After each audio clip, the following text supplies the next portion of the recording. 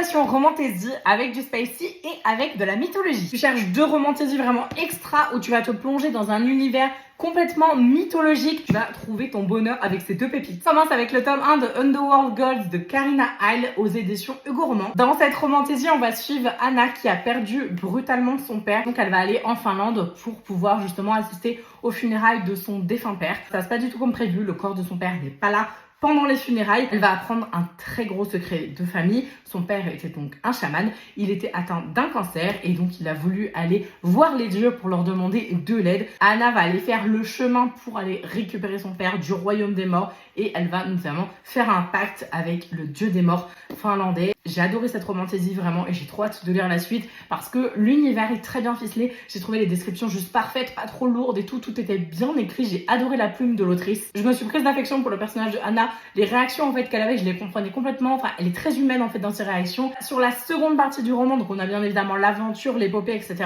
Mais sur la seconde partie du roman, on est vraiment sur le côté romantasy avec spicy plus.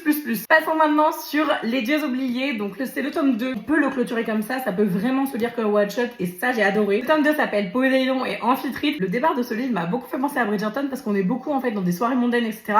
qui sont organisées par les Néréides. On va suivre donc la protagoniste principale qui s'appelle Fita, qui donc est une Néréide, et donc sa sœur est amenée à faire un grand et beau mariage. Sauf que Fita, en fait, clairement, elle a pas du tout ce genre d'ambition. C'est une battante, c'est une héroïne badass. Bref, elle a pas du tout envie de se la couler douce dans les soirées mondaines. Et elle a un pouvoir un peu particulier. Je vous en dis pas plus pour pas vous spoiler tout le livre, mais elle a un pouvoir particulier. Et donc, elle va être repérée par ce pouvoir, par Poséidon, qui va lui demander en fait un échange de services, de très gros services d'ailleurs. Et en échange de services, il assurera un beau mariage à sa sœur. Donc comme elle adore sa sœur, évidemment du coup elle va suivre Poséidon. Et donc on a toute une quête mythologique, on va retrouver donc Hadès, Perséphone, etc. Vraiment plein de dieux, donc si vous adorez tout ce qui est mythologie, romantasy, spicy sur le dernier tiers quand même. Et évidemment, l'héroïne principale, elle a le truc en plus qui fait qu'elle est vraiment spéciale et que c'est pas pour rien que Poséidon l'a choisie. Certes, il y a son pouvoir, mais il y a bien plus que ça. Et donc, on a des belles révélations et tout. Moi, j'ai adoré ce livre, je l'ai dévoré, mais très vite. Très sincèrement, ce sont des très belles lectures que vraiment j'ai découvert avec grand plaisir